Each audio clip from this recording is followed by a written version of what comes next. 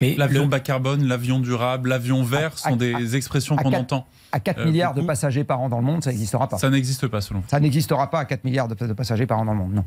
Et donc investir dans l'hydrogène, par exemple, ça ne sert à rien? Non, parce que vous ne pouvez pas faire que de l'avion vert avec l'hydrogène. Les cadres supérieurs qui aiment bien l'avion considèrent que c'est très important d'aller mettre de l'hydrogène dans l'avion. En fait, il y a des trucs plus urgents à faire avec l'hydrogène. L'hydrogène, on peut s'en servir pour faire de l'acier sans émettre de CO2. Aujourd'hui, l'acier, on le fabrique dans un haut fourneau et on mélange du minerai de fer et du charbon. Du coke, un charbon spécial, et ça crache du CO2 autant qu'on veut. Les aciéries dans le monde émettent autant de CO2 que la flotte mondiale de camions. Ça émet 2 fois les émissions de CO2 de la marine marchande. C'est pas mal. Eh bien, il faudrait fabriquer on peut fabriquer de l'acier avec de l'hydrogène. C'est beaucoup plus urgent de continuer à fabriquer de l'acier que d'aller, alors j'allais prononcer une marque, je suis désolé, dans un village de vacances, loin à l'étranger, voilà, un village que je ne nommerai pas.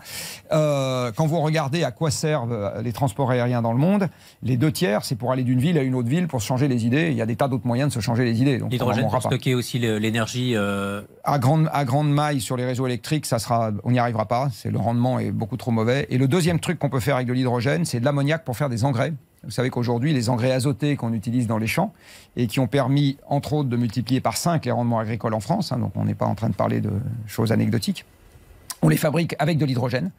Et fabriquer cet hydrogène de façon bas carbone pour continuer à fabriquer des engrais, parce que même si on veut une agriculture qui soit moins impactante sur l'environnement, on va quand même avoir pendant un certain temps encore besoin de fabriquer des engrais, eh bien, il faut le faire avec l'hydrogène. Donc commençons par faire de l'acier et des engrais. Puis s'il y a du rab, on verra ce qu'on en fait. Mais mon avis, c'est qu'on va pas avoir beaucoup de rab. Ceux qui sont partis pour être les champions de l'hydrogène, pour l'instant, c'est les Chinois. Nous, on est placés... Je n'ai pas de chiffres sur là où en sont les Chinois. Pour le moment, les Chinois, ils ont quand même un petit problème qui est que 60% de leur électricité vient de centrales à charbon. Et l'hydrogène fait avec de l'électrolyse de l'eau, fait avec des centrales à charbon, c'est pire que du pétrole en termes d'émissions de gaz à effet de serre. Parce que vous avez, au début, vous retrouvez dans l'hydrogène à l'arrivée les émissions de CO2 de la centrale à charbon de départ. Il faut savoir que les Chinois, ils ont la moitié des centrales à charbon mondiales chez eux. Ils utilisent plus de la moitié du charbon mondial. 60% de leur électricité est faite au charbon. Donc ils ont un tout petit sujet avec leur parc électrique. Et s'ils passent à l'hydrogène chez eux, fait avec l'électricité telle qu'elle est fabriquée aujourd'hui, ils n'ont pas du tout résolu leur problème.